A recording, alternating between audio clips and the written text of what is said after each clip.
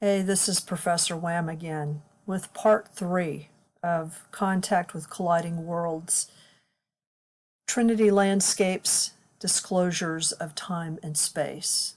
This is a more personal video, and I'll be sharing some information here that is of personal importance to me, demonstrating my connection with this part of the world. And this was brought up by my reading Trinity, The Best Kept Secret, and the Pueblo Revolt together. Reading both those texts together triggered a series of deep memories that are very personal and revolve around my experiences of having traveled throughout parts of New Mexico, Arizona, and Colorado at different points in my life. Now, I don't know what some of these experiences mean, and I'm not claiming anything for or about myself in relating them. I just know that there's something to them, and I trust that at some point in my existence, the significance of these experiences will become clearer to me. This first picture is of Canyon de Chelly, which is on, I guess, what we call the Navajo Reservation. The Navajo, the Dene, of course, call it Dinata. It's where they live. It's kind of the heart of the most traditional part of the reservation there. My first encounter with these worlds occurred when I was about 8 years old. My family, my parents were still together, took an extended trip to Colorado and Arizona. Among the many places we visited was Mesa Verde, and it was there that I was first exposed to the cultural artifacts of the Anasazi, and also, as we went through parts of Arizona, to stories of the Dene, or the Navajo people. I remember being very taken by the Dene dry sand paintings, an example of one, which is to the right, and I was quite horrified by the skeletons on display in the Mesa Verde Museum. They still had those exhibits up. This was in the 1970s. And I deeply knew that that was wrong, that there was something really wrong about having those bodies, those skeletons, some of which were sort of mummified in the museum. At some point in our travels, when we were camping in a state park at a remote place, I don't remember where or when, I went off by myself and hunted for various kinds of rocks that I could pulverize to make different colored powders, because I wanted to try to make a dry painting of my own. I looked for hours, it seemed, and finally came up with enough stones to make about 5 different colors. After powdering and grinding them with other harder stones, I settled on a flat place to make my picture. It turned out to be next to a trail, so people were periodically coming up and down the trail, sometimes almost walking around me. Retrospectively, it seems crazy to me that I was off by myself for hours in a strange place doing this, and my parents weren't looking for me, at least not initially. Now that I know all this stuff about, the disappearing 411 and all those narratives, it kind of freaks me out that I was doing this. But I didn't really care about it or think about it at the time, and such was the world that we lived in. This was in the 1970s. I carefully figured out how to hold the powdered stone in my fingers until I could control its flow. I'd watched a film of a Dene medicine man at the museum and had studied his hands. Eventually, I created a rough picture of 2 figures, one seated and the other offering what I called a gift of corn to the seated figure. Again, looking back, though I tried to duplicate the angular appearance of Dene divine beings such as they appeared to me, the actual content of the picture was more similar to what one might find in a Sumerian, Babylonian, or Egyptian setting. The Dene did not have royalty, that they would sit in a throne and you would give them gifts. Eventually, my father showed up looking for me because I had been gone for a very long time, and although he did take a picture, of what I'd made, and it still exists somewhere. It didn't keep me from getting in trouble. I don't know what it was that drew me to those pictures or to that method of drawing. I still find it really beautiful and interesting that Tibetan Buddhists do something quite similar and also destroy the designs as an integral part of the ceremony in producing them. But the feeling I had in finding the stones and generating the design are still with me. And I would like to point out in this picture here of this dry painting, this is a dry painting that has been done for commercial purposes. It does have elements in it that, of course, are traditional, including the four directions, which for the Dene are the southwest, the northwest, the northeast, and the southeast. I think I said all that right. So they're the cross quarters and not the actual cardinal points as we tend to think of them. And this corresponds with their landscape and where various mountain ranges are in relation to their landscape. These, of course, are various divine beings that you see here. You'll notice that some of them have sort of square heads, others have round heads. There are all kinds of meanings for this, even though, you know, this has been done for commercial purposes. Commercial purpose sand paintings are considered sort of generic because they're not destroyed in ceremony. So they don't represent sort of the deepest mysteries, you might say, of the Dene. There are some specific things in here that I can talk about. For example, there are snake beings here, or this representing snake beings. The butterfly is a woman's symbol. This, of course, is maize. And you can see there are serpents here. This represents the sun and the moon, the movement of the sun and the moon. So, I mean, I know some basic things, but that's about it. These are rainbow pictures right here, are pictures of rainbow. Rainbow means something very specific for the Dene, and they often frame their sand paintings with rainbows, because, you know, rainbows are a very striking feature in a desert landscape with storms. This, of course, on the left is the main ruin of Mesa Verde. You can see a number of different kivas here.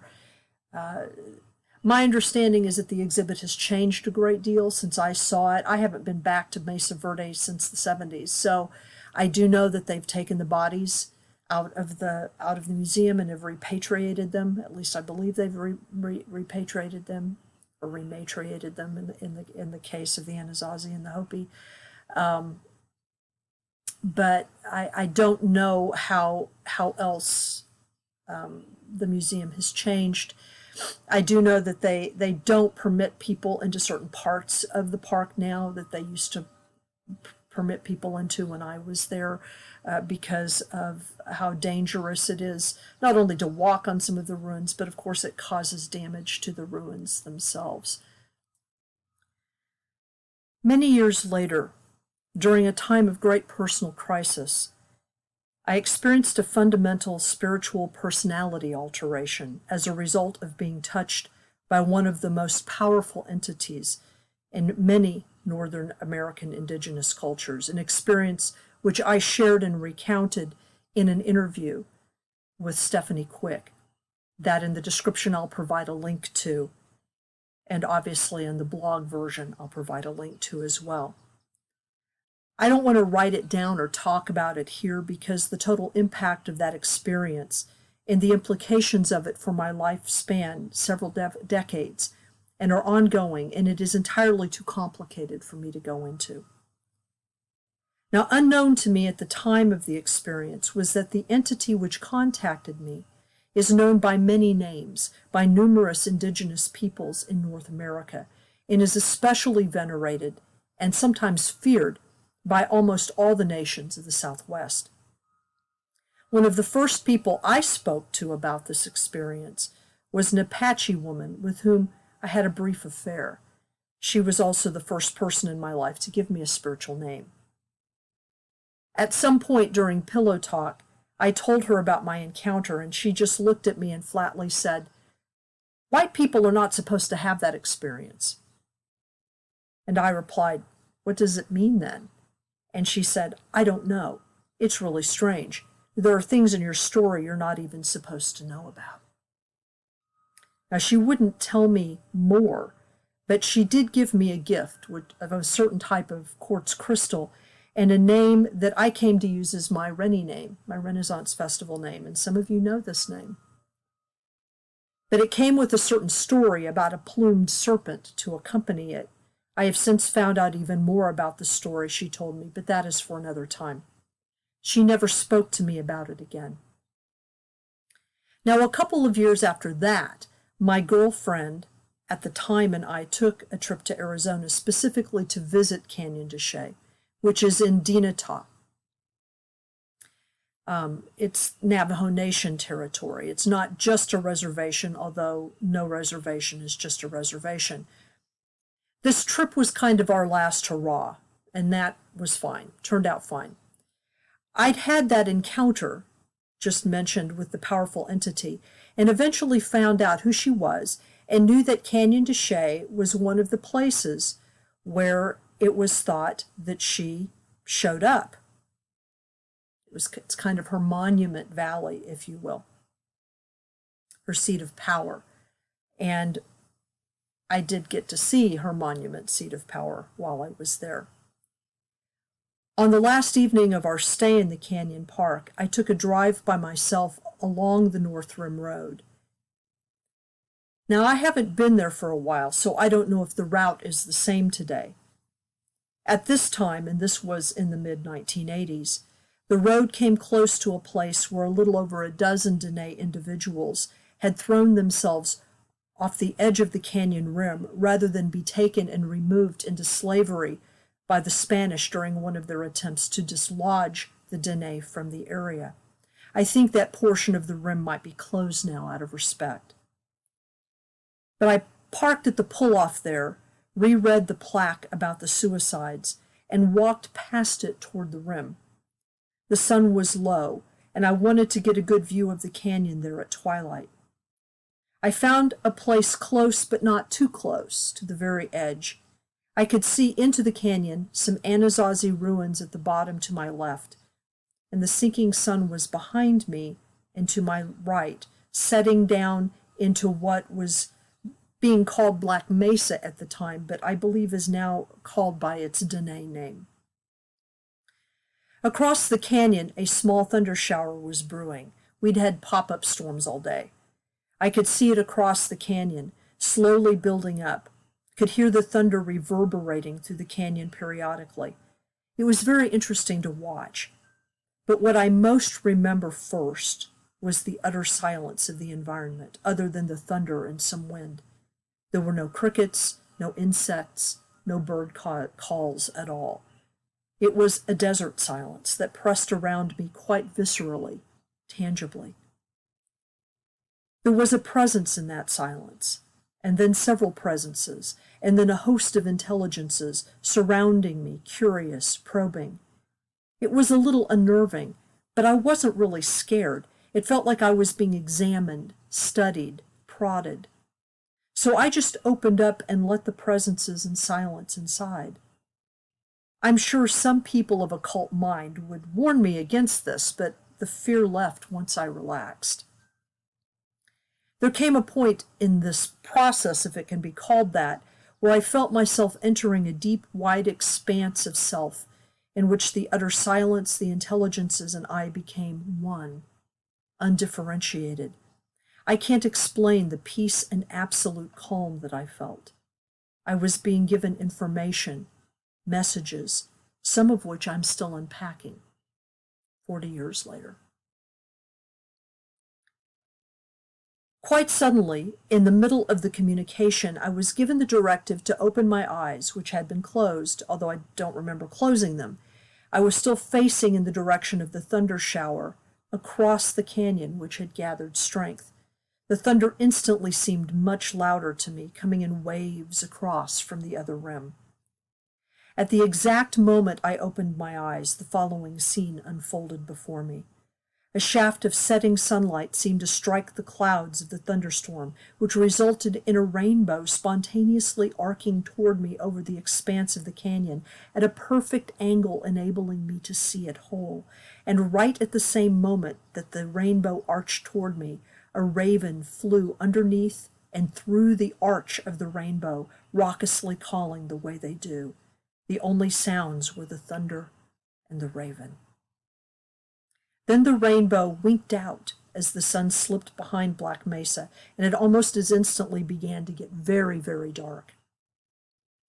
I was so stunned by the whole experience that it took all my initiative to force myself to my car, as I knew it was not safe on the canyon rim at night, and security patrols come out anyway to ensure that people return to their campsite or to their home. I found I couldn't speak well to anyone, not even my girlfriend, for several days after this experience, and I didn't try to tell anyone about it for quite some time. There was no way even now to convey the beauty, the blessing, the benediction of those moments. To this day, I do not know exactly what happened there. I don't know if you can call it paranormal, because it was reflected in perfectly natural events. But it feels to me that I was accepted by something or someone's and shown, not given, shown a magnificent gift.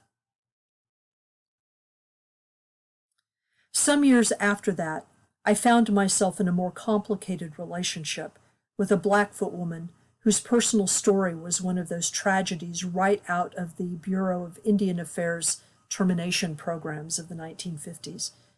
She was basically a kind person whom violence had stalked at every step, and I am the only person in the world, to my knowledge, who knows her whole story.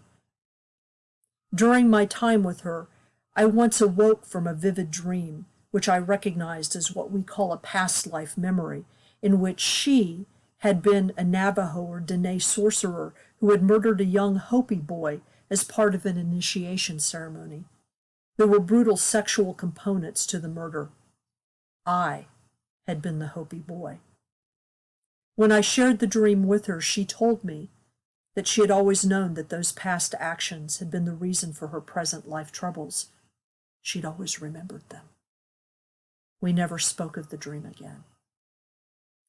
She also shared with me certain teachings of her clan which have not ever been divulged to any anthropologist and which I will not detail here. The dream had also provided information about practices which are used when describing what are frequently now called skinwalkers. This before I even knew that such individuals or practices existed. And by the way, the popular hype is often not correct.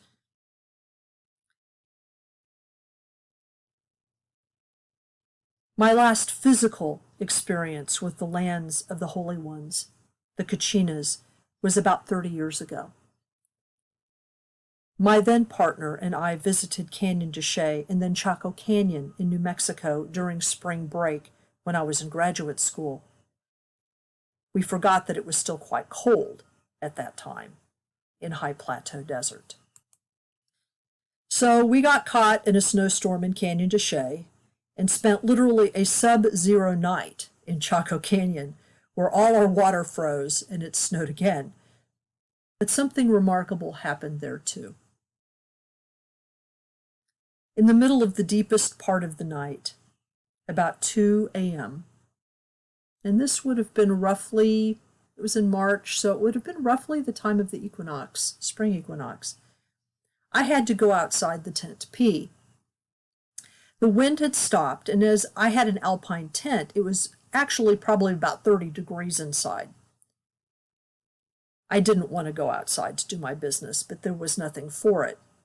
It had snowed again, but then the sky had cleared, causing the temperature to drop even more. I stepped outside into a completely different planet.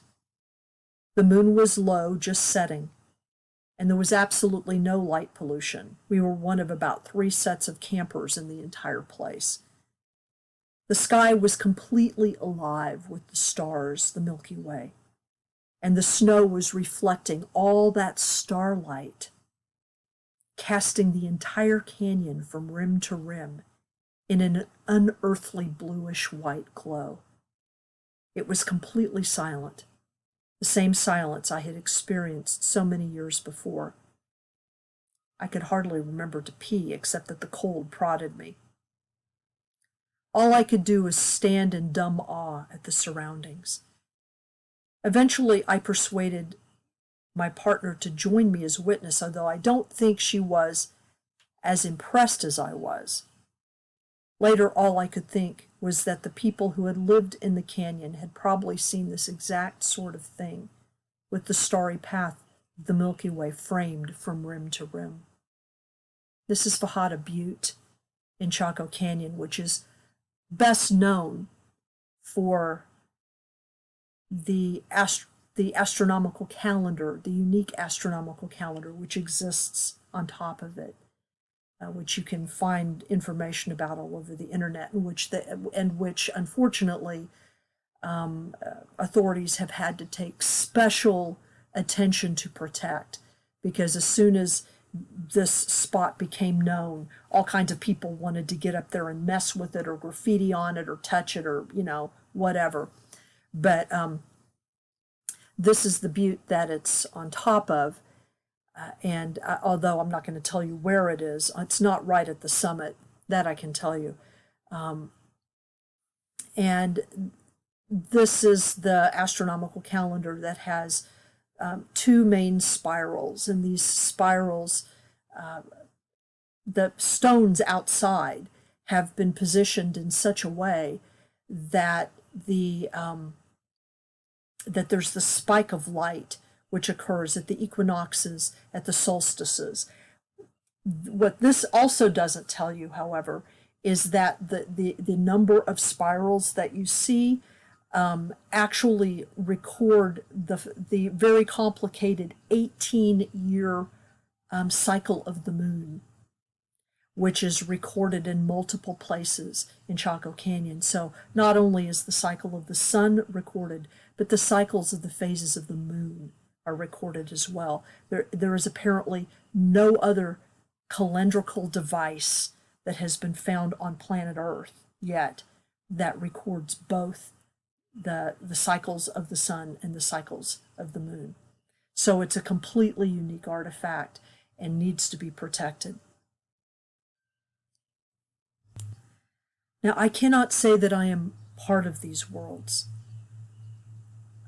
part of the world of the Hopi, of the Dene, of the Apache, although I have read as deeply into their stories as their elders have permitted anthropologists to share in the directions that many of my contacts have pointed me. I have been deeply and unaccountably blessed with numerous indigenous friends, teachers, lovers, and comrades from various nations for reasons that I genuinely do not understand. And some part of my heart does rest in these deserts, these mesas and canyons, even though most of my genetic ancestors came on the heels of invasion and conquest. Now, what any of this has to do with UFOs or any other aspects of the paranormal, only time may tell. I know my Blackfoot partner told me of her many encounters with lights and other beings, both before and after the agents came to take her away from her family, her clan, her nation. There are mysteries here waiting to be known. And I haven't even told you about the horned and plumed serpents or the water manitous.